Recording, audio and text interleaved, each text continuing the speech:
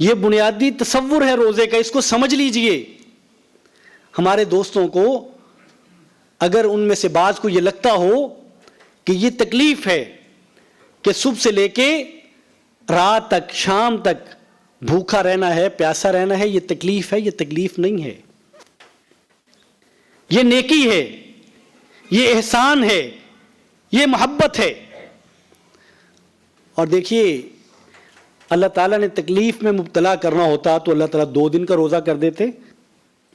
دورانیہ اتنا رکھا ہے جتنی میری اور آپ کی ہمت ہے، جتنی میری اور آپ کی استطاعت ہے، دورانیہ اتنا ہے، اس سے زیادہ نہیں ہے۔ اتنا دورانیہ رکھا ہے کہ وہ میری اور آپ کی طاقت سے باہر نہ جائے، اس لیے کہ اللہ تعالیٰ انسانی بساط اور طاقت سے باہر کا حکم دیتے ہی نہیں ہے۔ طبیعتیں بگڑ جائیں، عادات بگڑ جائیں تو وہ ایک دوسری چیز ہے کہ نماز کچھ شخص کے بڑی بھاری ہے، بڑا بوجھ ہے، تو وہ طبیعت بگڑ گئی ہے، عادات بگڑ گئی ہیں، نماز بوجھ نہیں ہے۔ اور اگر نماز بوجھ ہو، یہ تو سب کے لیے بوجھ ہونی چاہیے۔ آپ کسی سے کہیں کہ صبح سے لے کے رات تک نیچے سے اینٹیں اٹھانی ہیں اور 30ویں منزل پہ لے کے جانی ہے، صبح سے لے کے رات تک یہ کام کرنا ہے، تو آپ جس کو مرضی لیں، یہ سب کے لیے تکلیف کی بات ہے۔ سب کو مشقت ہوگی یہ کام کرنے میں، سب کو تکلیف ہوگی۔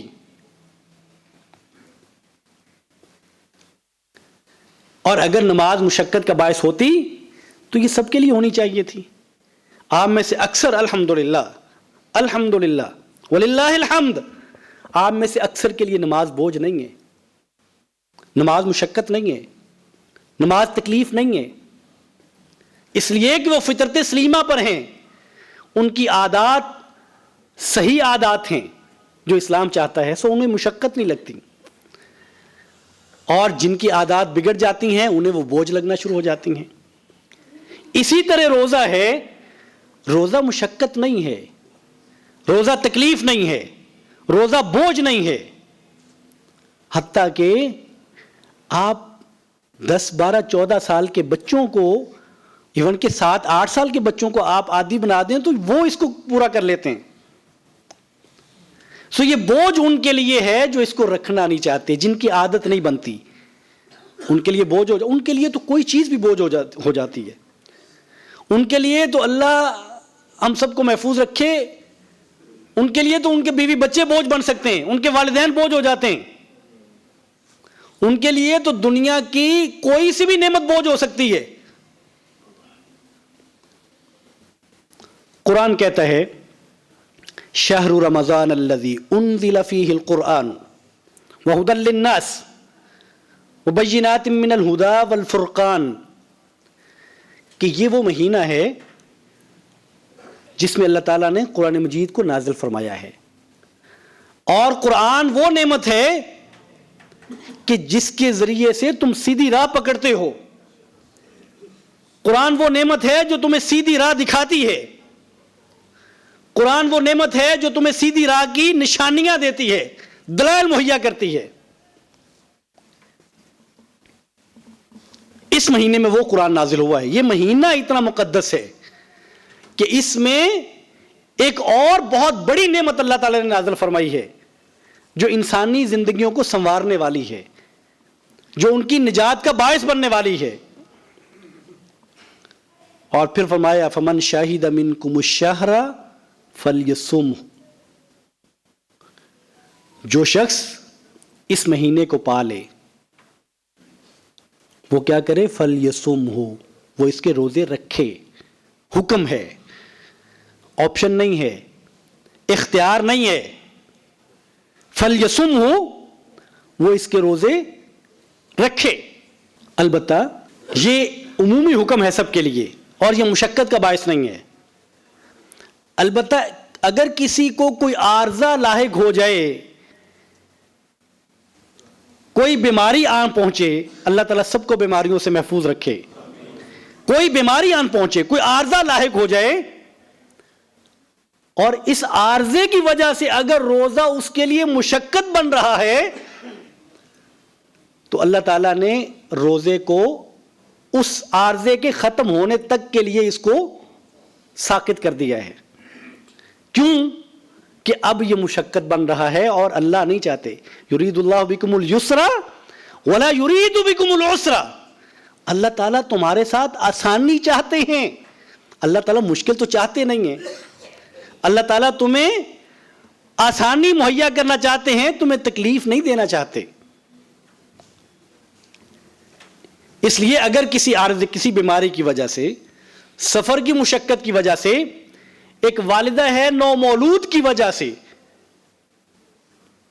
اور اس کے علاوہ کوئی بھی ایسا عارضہ جو شرعی عارضہ ہے, جو انسان کو مشقت میں ڈالنے والا ہے, اگر وہ آن پہنچا ہے تو اسلام کہتا ہے آپ روزے نہ رکھیں. جب یہ عارضہ دور ہو جائے, جب آپ صحت یاب ہو جائیں, جب آپ سفر سے اپنے گھر پہنچ جائیں, آپ تب روزے رکھ لیں. آپ رمضان کے بعد کے ایام میں رکھ لیں. آپ ان میں سے جا کے بھی جو چھوٹے دن آتے ہیں وہاں جا کے رکھ لیں. یرید اللہ بکم اليسر. اللہ آسانی چاہتے ہیں تمہارے ساتھ. روزہ مشقت نہیں ہے, یہ تصور ٹھیک کر لیجئے. روزہ اللہ کی طرف سے میرے اور آپ کے لیے انعام ہے کہ میں اور آپ گنہگار ہیں, اور میرے اور آپ کے لیے یہ پیکج ہے. اور پیکج کی صورتحال تو ایسی ہوتی ہے, ہم یہاں دیکھتے ہیں یہ جتنے ڈپارٹمنٹل سٹورز ہیں, یہ 2 چیزوں پہ اگر ڈسکاؤنٹ لگا دیں تو لوگ وہ لینے کے لیے 4-6 چیزیں اور خرید لاتے ہیں پیکج کے حصول کے لیے. بس اوقات ہم کوئی چیز سستی ہو جائے تو ہم ضرورت نہ ہوتے ہوئے بھی خرید لیتے ہیں کہ سستی ہو گئی ہے. یہ اللہ کی طرف سے ایک پیکج ہے, سال بھر کے گناہوں کی معافی کا ایک موقع ہے. اگرچہ موقع تو سارے سال کا ہے, لیکن یہ خصوصی موقع ہے. اور پھر یہ وہ موقع ہے کہ جس میں آپ عمل تھوڑا کرتے ہیں, آپ کو اجر عام دنوں کے مقابلے میں 70 گنا سے لے کے 700 گنا تک, اس سے بھی زیادہ تک کا ملتا ہے. الصوم لی وانا اجزی بہ. روزہ میرے لیے ہے اور اس کی جزا بھی میں دوں گا, فرشتے نہیں دیں گے. فرشتوں کو اللہ تعالیٰ نے, اللہ کا جو نظام ہے اس کے تحت فرشتوں کو معلوم ہے کہ اس عمل کا یہ اجر ہے, اس عمل کا یہ اجر ہے, اس کا اتنا اجر ہے, اس کا اتنا اجر ہے. جب یہ عمل کوئی کرے گا تو اس کو یہ اجر ملے گا, جب یہ عمل کوئی کرے گا تو یہ اجر ملے گا. لیکن روزے کے بارے میں اللہ تعالیٰ فرماتے ہیں الصوم لی. ویسے تو ساری عبادات ہی اللہ کے لیے ہیں, اس کی مختلف توجیحات کی ہیں علماء نے, ہمارے پاس وقت نہیں ہے. کہ روزہ ایسا عمل ہے جس کا انسان کا اللہ کے ساتھ تعلق ہوتا ہے. وہ چاہے تو بندوں کے سامنے اچھا بھی بن سکتا ہے اور وہ کھا پی بھی سکتا ہے. وہ روزے دار بھی کہلا سکتا ہے اور وہ کھا پی بھی سکتا ہے. کسی کو کیا معلوم, کئی مواقع ہوتے ہیں انسان کے پاس. اگر وہ نہیں کھاتا پیتا تو یہ الصوم لی وانا اجزی بہ. کتنا دوں گا, اس کا اجر میرے پاس ہے, جزا اس کی میرے پاس ہے. میں کتنی دوں گا یہ اللہ اپنے شان کے مطابق دیں گے. اور اللہ کی شان کہ کیا کہنے, تو اس روزے کا اجر اللہ اپنی شان کے مطابق دیں گے. اور یہ وہ ماہ مقدس ہے کہ جس کے لیے اسلاف دعائیں کرتے تھے اور روتے تھے کہ اللہ ہمیں رمضان نصیب فرمانا. رمضان کو پانے کے لیے اللہ سے دعائیں کیا کرتے تھے. اور اگر کسی شخص کے پاس بغیر دعاؤں کے اسے نصیب ہو جائے اور وہ اس سے فائدہ نہ اٹھائے, تو جبریل علیہ السلام نے نبی کریم صلی اللہ علیہ وسلم کے پاس جبریل تشریف لائے اور آ کے کہنے لگے کہ یا رسول اللہ, اللہ تعالیٰ اس شخص کو ذلیل و خوار کرے جو رمضان کو پالے اور رمضان سے فائدہ اٹھا کے اپنی بخشش نہ کروا سکے, اللہ اس کو ذلیل و خوار کرے. جبریل دعا مانگتے ہیں اور نبی محترم صلی اللہ علیہ وسلم اس پہ فرماتے ہیں اللہم آمین اللہم آمین اللہم آمین، 3 دفعہ فرماتے ہیں کہ اے اللہ ایسا ہی کرنا کہ یہ ماہ مقدس جس کی زندگی میں آئے، جو اس کو پالے اور اس سے وہ فائدہ نہ اٹھائے، اس کو ضائع کر دے، اے اللہ اس کو ذلیل و خوار کر دینا۔ سو یہ بخشش کا مہینہ ہے، یہ آنسو بہانے کا مہینہ ہے، یہ گڑ گڑانے کا مہینہ ہے، یہ نیکیاں سمیٹنے کا مہینہ ہے۔ اس میں کوئی شخص جس کو کوئی عارضہ لاحق نہیں ہے، اور عارضہ حقیقی عارضہ وہ نہیں ہے کہ آپ کا دل نہ چاہتا ہو اور آپ لوگوں کے ڈر سے، لوگ کون ہوتے ہیں، آپ لوگوں سے بچنے کے لیے، شرمندگی سے بچنے کے لیے بتاتے ہیں کہ ڈاکٹر نے کہا ہے کہ روزے نہ رکھیے گا، مجھے تو ڈاکٹر نے منع کر دیا ہے، میری تو فلاں مرض ہے اس لیے میں نہیں رکھتا۔ اگر حقیقی ہے تو نہ رکھیں، یہ رخصت ہے۔ اور رخصت کے بارے میں نبی کریم صلی اللہ علیہ وسلم فرماتے ہیں، یہ بھی تصور درست کر لیجئے، یہ کانسیپٹ بھی صحیح ہونا چاہیے، یہ ہمارے نیک لوگوں میں بسا اوقات یہ درست تصور نہیں ہے کہ اللہ نے رخصت دی ہے تو میں رخصت سے فائدہ نہیں اٹھاتا اور میں سمجھتا ہوں کہ یہ زیادہ بڑی نیکی ہے۔ یہ تصور ٹھیک نہیں ہے، یہ تصور ٹھیک نہیں ہے۔ نبی کریم صلی اللہ علیہ وسلم فرماتے ہیں ان اللہ یحب ان تؤتى رخصه کما یحب ان تؤتى عزائمه، اللہ کو یہ بات پسند ہے، اللہ تعالیٰ اس بات کو پسند کرتے ہیں کہ اللہ نے جو آپ کو رخصتیں دی ہیں اس سے فائدہ اٹھائیں، ان کو قبول کریں۔ اور یہ بات اللہ کو بالکل اسی طرح پسند ہے جیسے اللہ کو یہ بات پسند ہے کہ اللہ نے جو تم پر فرائض رکھے ہیں تم اس پہ عمل کرو، یہ اللہ کو پسند ہے۔ اسی طرح اللہ کو یہ بات پسند ہے کہ اگر اللہ نے کوئی رخصت دی ہے تو اس سے فائدہ اٹھاؤ۔ آپ سفر میں ہیں تو اللہ نے رخصت دی ہے کہ قصر نماز پڑھیں، آپ کہ نہیں میں تو پوری پڑھوں گا، کوئی حرج نہیں ہے، میں پڑھ سکتا ہوں، نہیں نہ پڑھیں، یہ مفضول ہے، یہ کم تر عمل ہے۔ اس سے افضل اور اعلیٰ عمل یہ ہے کہ آپ اس رخصت کو قبول کر لیں، یہ افضل ہے۔ اللہ کی دی ہوئی رخصتوں کو قبول کرنا یہ افضل عمل ہے، اور ان رخصتوں سے فائدہ نہ اٹھانا یہ مفضول اور اسے چھوٹا عمل ہے، بڑا عمل نہیں ہے۔ اور یہ بات بھی یاد رکھیے کہ جو رخصت ہوتی ہے وہ بسا اوقات تو افضل عمل ہوتی ہے اور اس سے فائدہ نہ اٹھانا چھوٹا اور مفضول عمل ہوتا ہے، اور بسا اوقات یہ رخصت جو ہے یہ مفضول نہیں بلکہ واجب ہو جاتی ہے، اس سے فائدہ اٹھانا فرض ہو جاتا ہے۔ اگر کوئی شخص اس کے لیے کوئی عمل کرنا تکلیف کا باعث ہے، مشقت کا باعث ہے، تو اسلام کہتا ہے رخصت ہے، اور اگر یہ رخصت سے فائدہ اٹھا لے تو یہ اس کے لیے افضل ہے، اور فائدہ نہ اٹھائے تو یہ اس کے لیے مفضول ہے۔ اور اگر کوئی ایسا عمل جو اس کو بیماری میں مبتلا کرنے کا باعث ہو سکتا ہو، جو اس کی جان لینے کا باعث ہو سکتا ہو، وہاں پہ انسان رخصت کو نہ لے تو یہ گناہ کی بات ہے۔ علماء نے اس میں لکھا ہے کہ اس پر واجب ہو جاتا ہے کہ وہ اس نقصان سے بچنے کے لیے رخصت پر عمل کرنا اس پر واجب اور فرض ہے۔ اب اس کا اختیار نہیں ہے کہ رخصت کو قبول کرے کہ نہ کرے۔ علیکم برخصت اللہ التی رخص لکم، اللہ کی رخصتوں کو جو اللہ نے تمہیں رخصتیں دی ہیں فقبلوہا، ان کو قبول کرو، اس کو لے لو۔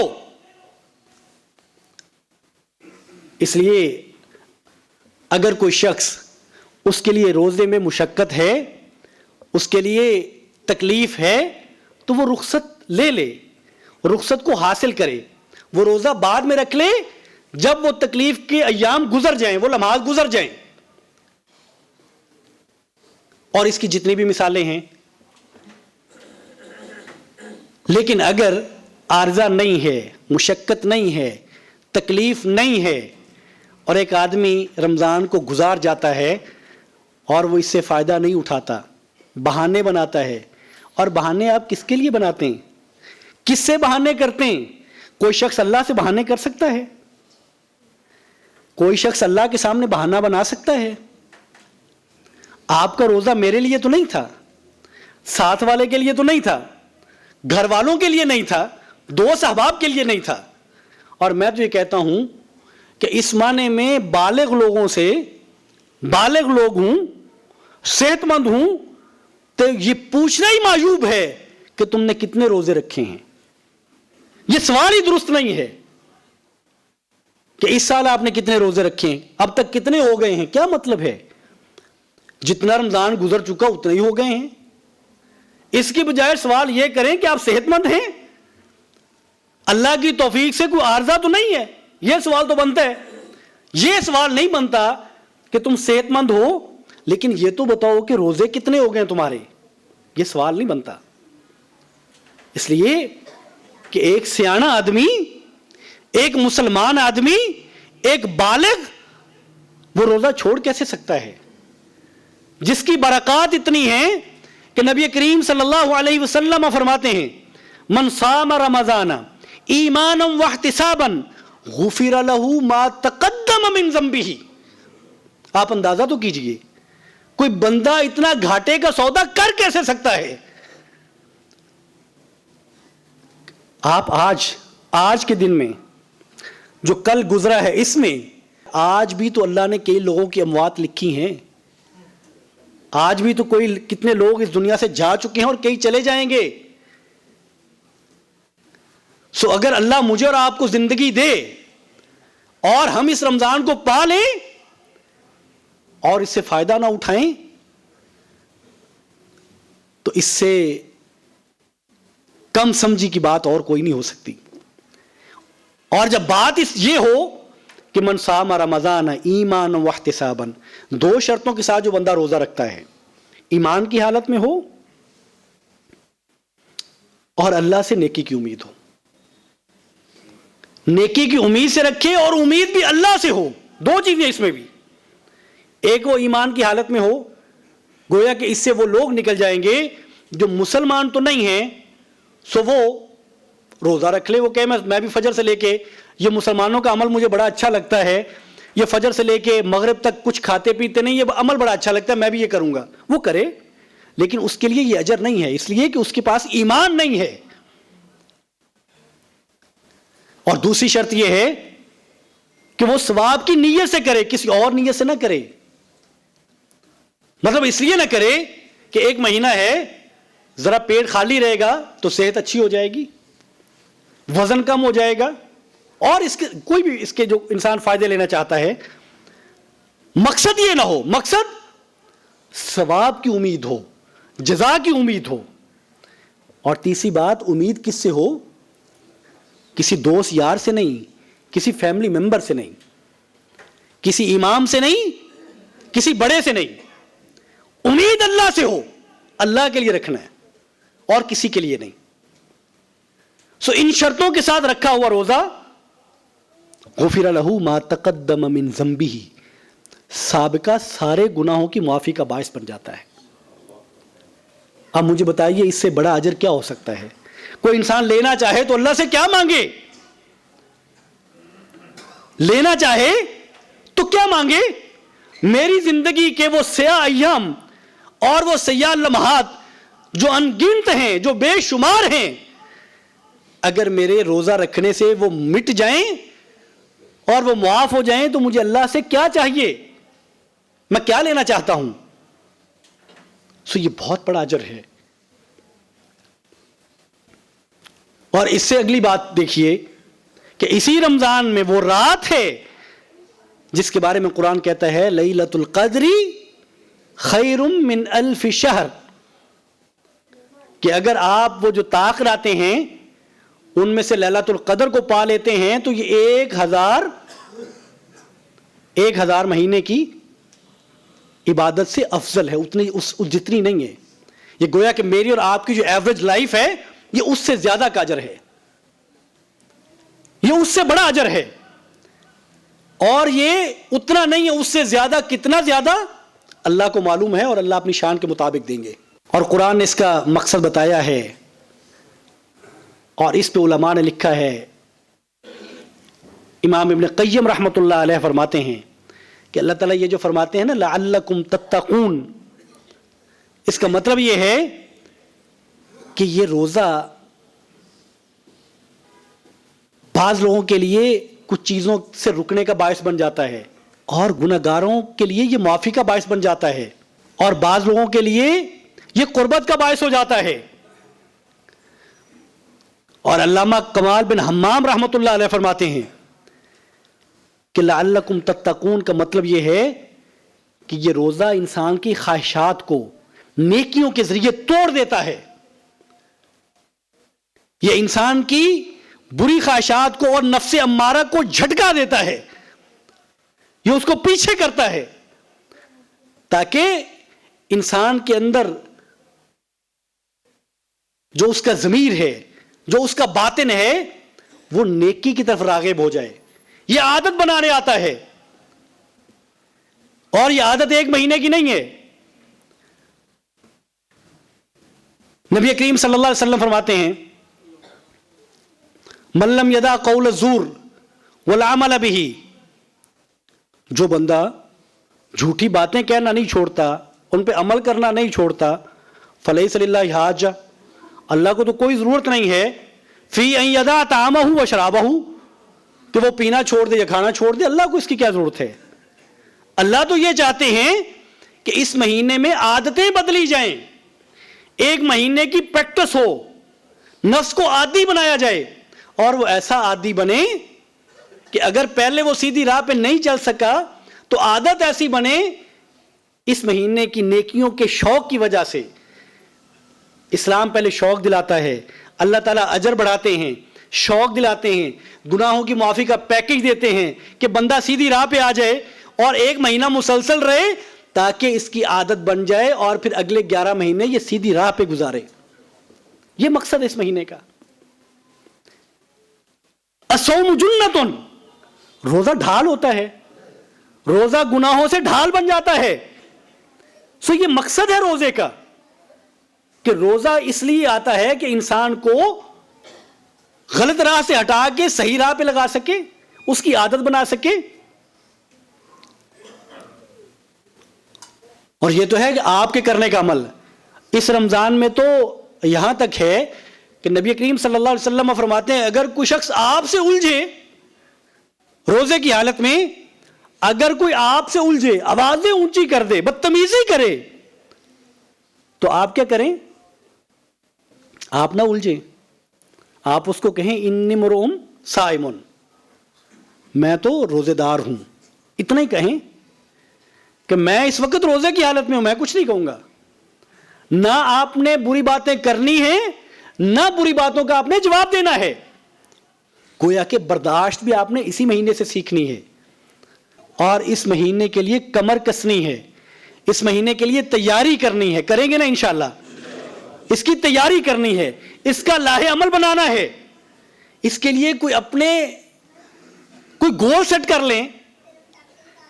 ایک شخص عمر زیادہ ہو گئی ہے، وہ کہہ لے کہ میں 30 دنوں میں آخر سے 30 چھوٹی صورتیں یاد کر لوں گا، روز کی ایک صورت یاد کر لوں گا، میں نماز کا ترجمہ یاد کر لوں گا، مجھے صورتیں آتی ہیں تو میں روز اتنا ترجمہ پڑھنا شروع کر دوں گا تاکہ مجھے معلوم ہو کہ میرا رب مجھے کہتا کیا ہے، میں بغیر کسی واسطے کے اپنے اللہ سے بات کر سکوں، بغیر کسی واسطے کے اپنے نام کا آیا ہوا پیغام پڑھ سکوں، سن سکوں. تو وہ ترجمے کے لیے وقت نکال لے، روز تلاوت کے لیے، ناظرہ تلاوت کے لیے، نوافل کے لیے، تو طے کر لے کہ ان 30 دنوں میں نے حاصل کیا کرنا ہے. تو آج کی بات صرف اتنی ہے کہ یہ مہینہ وہ مہینہ ہے جس میں اللہ تعالیٰ نے ہمارے لیے اس کو بوجھ نہیں بنایا، اس کو انعام بنایا ہے تاکہ میری اور آپ کی غلطیاں اللہ تعالیٰ معاف کر سکے، میرے اور آپ کے گناہ معاف کر سکے. اور اس میں اللہ تعالیٰ فرماتے ہیں جو بندہ 2 شرطوں کے ساتھ یہ روزے رکھے گا اس کے سابقہ سارے گناہ اللہ معاف فرما دیں گے. یہ بہت بڑا اجر ہے. اس میں اللہ تعالیٰ فرماتے ہیں کہ ایک رات ایسی ہے جو 1000 مہینے کی عبادت سے بہتر ہے. اور اس کے بارے میں اللہ تعالیٰ فرماتے ہیں کہ الصوم لی وانا اجزی بہ، اتنی زیادہ خصوصیات، تو اس کو ہم نے ضائع نہیں کرنا انشاءاللہ تعالی. نہ ہم نے خود ضائع کرنا ہے، نہ اپنے اہل و عیال کو کرنے دینا ہے، نہ اپنے دوست احباب کو ضائع کرنے دینا ہے. ان سے ہمدردی کا تقاضا یہ ہے کہ ان کو اس پہ مجبور کریں. جیسے ہم غلط کاموں پہ دوستوں کو مجبور کر لیتے ہیں، وہ نہیں کرنا چاہتا ہوتا، ہم مجبور کر کے لے جاتے ہیں، تو صحیح کام پہ مجبور کریں تاکہ اس کے اجر میں آپ شریک ہو سکیں، تاکہ حق دوستی ادا ہو سکے. اللہ تعالیٰ مجھے اور آپ کو توفیق عطا فرمائے. وآخر دعوانا ان الحمد للہ رب العالمین.